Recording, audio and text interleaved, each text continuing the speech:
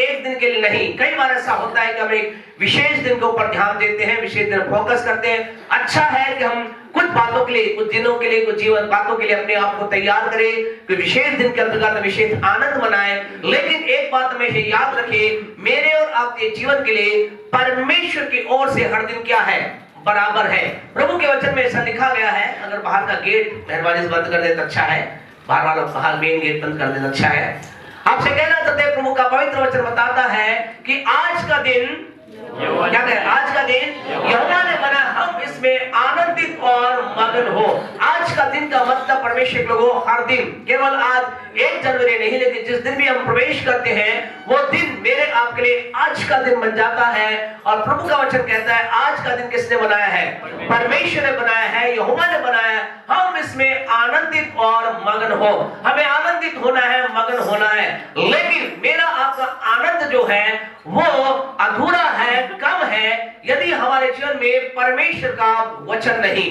परमेश्वर का वचन वो चीज जो हमारी जीवन को बदल देता है, परिस्थिति को चेंज कर देता है, हमारे जीवन में नया काम करता है। और आज की सुबह आपसे कहना चाहते हैं, आप जब यहाँ पर आए हैं, एक अपेक्षा करें, परमेश्वर मेरे जीवन में तेरा वचन आज बड़ा काम करने पाए, नया काम करने पाए, नई बातों को लेकर के आ सके। हमारे जीवन के लिए परमेश्वर का वचन बहुत ही महत्वपूर्ण है। और प्रभु के वचन में ऐसा लिखा गया है, आदि में कौन था? वचन था, और वचन परमेश्वर के साथ था, और वचन परमेश्वर था, परमेश्वर है। वचन और कुछ नहीं, लेकिन स्वयं परमेश्वर का हृदय, परमेश्वर की वाणी, परमेश्वर की आवाज और परमेश्वर का विचार है। इसलिए परमेश्वर के वचन को ध्यान देना जरूरी है। आज हम आपसे बात करेंगे कि इस साल के लिए परमेश्वर क्या कह रहा है। इस 2026 के लिए परमेश्वर मुझसे आपसे क्या कह रहा है। आपके पास कोई प्रॉमिस कार्ड आए हैं, आपने लिया है, वो आपके लिए व्यक्तिगत तौर से, कलीसियाई तौर पे एक समूह के रूप में परमेश्वर क्या कह रहा है, परमेश्वर कलीसिया से क्या बात कर रहा है। जल्दी से हमारे साथ कोई भी ध्यान रखे, एक दूसरे का ध्यान रखे, कोई भी एक दिन पढ़ने का अगुवाई करे। जब पहला पढ़ता है दूसरा शांत रहे। यशायाह नबी की पुस्तक उसका 26वां अध्याय, बुक ऑफ यशायाह चैप्टर 26, यशायाह नबी की पुस्तक उसका 26वां अध्याय और उसके 19 वचन को कोई मेहरबानी से पढ़े। तेरे मरे हुए लोग जीवित होंगे, तेरे मरे हुए लोग जीवित होंगे। हालेलुया। परमेश्वर 2026 के अंदर कलीसिया से कह रहा है, समूह से कह रहा है, लोगों से कह रहा है। और परमेश्वर क्या कह रहा है? परमेश्वर कह रहा है, तेरे मरे हुए लोग क्या होंगे? तेरे मरे हुए लोग क्या हो जाएंगे? जीवित होंगे, और मुर्दे उठ खड़े होंगे। आपसे कहना सुनने में क्या लगता है? बड़ा डरावना लगता है। वैसा मुर्दे, अभी मुर्दे खड़ा होकर आ जाए क्या होगा? हमें से शायद ही कोई जन रुकेगा, सब भाग जाएंगे। लेकिन यहाँ पर खुदा के लोगों आशीष की बात है। यहाँ परमेश्वर बात कर रहा है कलीसिया से, और परमेश्वर कलीसिया को कह रहा है कि तेरे मरे हुए लोग हैं वो क्या होंगे? जीवित होंगे, जिंदा हो जाएंगे, मुर्दे खड़े होंगे। इस साल के अंतर्गत आप अपने व्यक्तिगत जीवन में, अपने परिवार में और अपने जीवन के अंतर्गत आप कुछ चीजों को जीवित होते हुए देखेंगे। हालेलुया। आप कुछ मुर्दा अवस्था में जीवन को आते हुए देखेंगे। आप यहाँ बहुत लोग बहुत उत्साहित है, बहुत आनंदित है, लेकिन कुछ लोग क्या है? अंदर से बड़ी निराशा के अंदर है। चेहरे पे हालांकि खुशी है, चेहरे के अंदर तो खुश है, लेकिन अंदर से बहुत क्या है? दुखी है, अंदर से बहुत बेचैन है। और अंदर से उन्हें ऐसा लग रहा है, ये 2025 से मेरे जीवन में क्या हो गया? मैंने बहुत सी बातों की अपेक्षा की थी, मुझे ये नहीं मिला। मैंने कई चीजों के लिए सोचा था, ऐसा मुझे प्राप्त नहीं हुआ। वो कई लोगों ने अपने लोगों के लिए, अपने प्रियजनों को सोचा था, शायद वो इस साल के अंदर क्या होंगे? जागृत हो जाएंगे, रिवाइवल हो जाएंगे, बदल जाएंगे, उनका जीवन बदल जाएगा। आप में से कुछ लोगों ने सोचा, मेरे नौकरी की परिस्थिति चेंज हो जाएगी, मेरे परिवार की परिस्थिति चेंज हो जाएगी, मेरे बच्चों की परिस्थिति चेंज हो जाएगी, मेरा पति और पत्नी के जीवन चेंज आ जाए। लेकिन कुछ बातें नहीं हुई। तो आपसे कहना चाहते हैं, उत्साहित होइए। 2026 में प्रभु कह रहा है, तेरे मरे हुए लोग जीवित होंगे। अर्थात आपसे कहना चाहते हैं, साल के अंतर्गत आप में से प्रत्येक जो आज ऐसी स्थिति के अंतर्गत है, वो कुछ चीजों को जीव उठता हुआ देखने जा रहा है।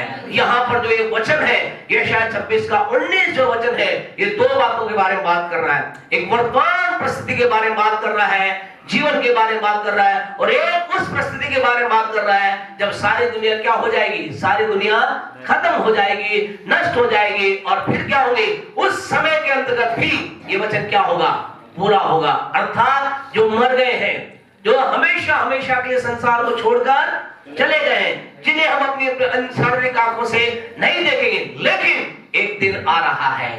आपसे कहना चाहते हैं आपके प्रियजन यदि संसार को छोड़कर चले गए, आप कह रहे हैं मुझे बहुत दुख है। हाँ, दुख है क्योंकि शारीरिक तौर से उन्हें हम देखेंगे नहीं, अपनी शारीरिक आंखों से देखेंगे नहीं, लेकिन उत्साहित होइए। यहाँ परमेश्वर को यशायाह 26:19 कहता है एक दिन ऐसा आने वाला है कि वो क्या होंगे, तेरे मरे हुए भी क्या होंगे, जीवित हो जाएंगे।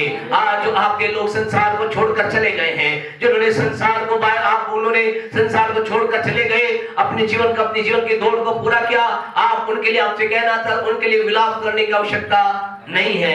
कई लोग बड़ी गलती करते हैं, भारी गलती करते हैं। कई लोग जो संसार से चले जाते हैं उनके लिए क्या करते हैं, दुआएं करते हैं, परमेश्वर की आत्मा को शांति दे। आपसे कहना चाहते हैं जो व्यक्ति संसार छोड़ के चला गया है उनके लिए दुनिया का कोई व्यक्ति कुछ भी नहीं कर सकता।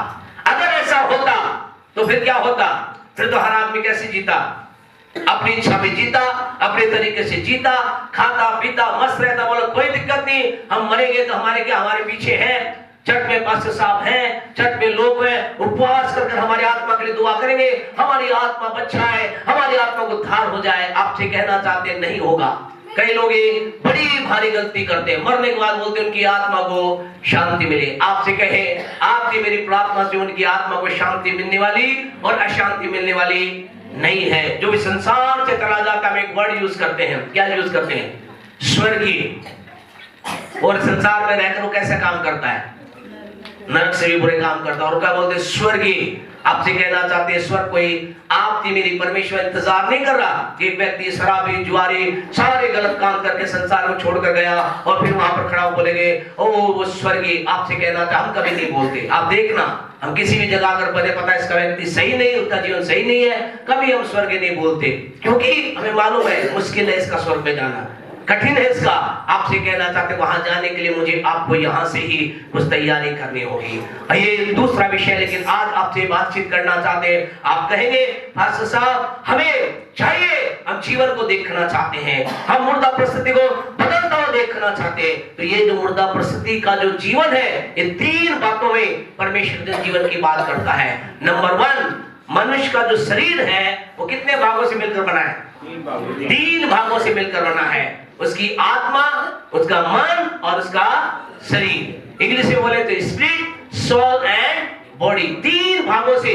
और जब परमेश्वर बातचीत करता हो, कह रहा है तेरे सब मुर्दे क्या होंगे, जीवित होंगे, जिंदा हो जाएंगे। तो परमेश्वर कहां से शुरुआत करता है, संसार कहां शुरुआत करता है। हम में से कुछ लोग ऐसे हैं जिन्होंने क्या किया है, एक बड़ा प्लान बनाया है 2026 के लिए। बनाया नहीं बनाया, कुछ लोगों ने बनाया है। क्या बनाया है, 2026 में मैं मेरे काम को यहां देखना चाहता हूं, मैं मेरे बिजनेस को यहां देखना चाहती हूं, मैं मेरे जीवन के अंदर यहां प्राप्त पहुंचना चाहता हूं। और कई लोग तो ऐसे हैं वो अभी भी घर बैठे क्या कर रहे हैं, प्लान बना रहे हैं, योजना बना रहे हैं। इसलिए वो घर में इसलिए आए नहीं क्योंकि उन क्या सोचते हैं कि हम घर बैठ के योजना बनाएंगे, और वो सोचते हैं हम उस योजना को बना करके सफल हो जाएंगे। लेकिन आपसे कहना चाहते हैं we have to start from the right note। हमें सही, यानी परमेश्वर को की जो है कीबोर्ड बजाने वाले इस बात को जानते। अगर गाने को गाने वाला कितना अच्छा गाए, अगर बजाने वाले ने क्या कर दिया, थोड़ा सा गड़बड़ कर दिया, क्या होगा, गाने वाले का गाना क्या हो जाएगा, आउट ऑफ ट्रैक हो जाएगा। वो कहेगा क्या हो रहा है, वो तो बजाने वाला तो क्या कर रहा है, यहाँ बजा रहा है ठक ठक, और गाने वाला खा रहा है वो जोरों से, और क्या लगेगा, बिल्कुल अनटूल लगेगा। आपसे कहना चाहते हैं लाइफ का भी ये है, आप जीवन के अंतर्गत जीवित चीजों को देखना चाहते हैं। परमेश्वर आपकी परिस्थिति को जीवित करना चाहता है, लेकिन वो कहां से, लोग कहां से स्टार्ट करते हैं, लोग गलत तरीके से स्टार्ट करते हैं। लोग सोचते हैं मेरे पास बहुत धन हो जाएगा, मैं धन के क्षेत्र में बढ़ जाऊंगा, मेरे पास बहुत धन होगा तो क्या होगा, मैं जीवन के अंतर्गत सच में मेरे जीवन की परिस्थितियां ठीक हो जाएंगी। लेकिन जल्दी से एक वचन हमारे साथ निकाले, प्रकाशित वाक्य की पुस्तक बुक ऑफ रेवलेशन, उसका 3रा अध्याय, प्रकाशित वाक्य की पुस्तक मेहरबान निकाले, उसका 3रा अध्याय, उसके 17 वचन को आप पढ़ेंगे तो देखिए प्रभु क्या कह रहा है। हाँ जी पढ़े 3:17 3:17 तू कहता है हाँ तू जो कहता है कि मैं धनी हूँ क्या कह रहा है, वो कह रहा है मैं क्या हूँ, धनी हूँ और धनवान हो गया हूँ और धनवान हो गया हूँ और मुझे किसी वस्तु की घटी नहीं। मुझे किसी वस्तु की घटी नहीं। यहाँ ध्यान से सुने परमेश्वर को, यहाँ परमेश्वर यीशु मसीह बात कर रहा है और एक व्यक्ति से कह रहा है, एक कलीसिया से कह रहा है और कलीसिया से परमेश्वर लोगों से मुख से बात कर रहा है। क्या कह रहा है, क्या कह रहा है परमेश्वर, तू जो कहता है मैं कौन हूँ और क्या है और क्या हो गया हो, धनवान हो गया हो, और तू कह रहा मेरे जीवन में क्या किसी वस्तु घटी नहीं है, मेरे पास सब कुछ है।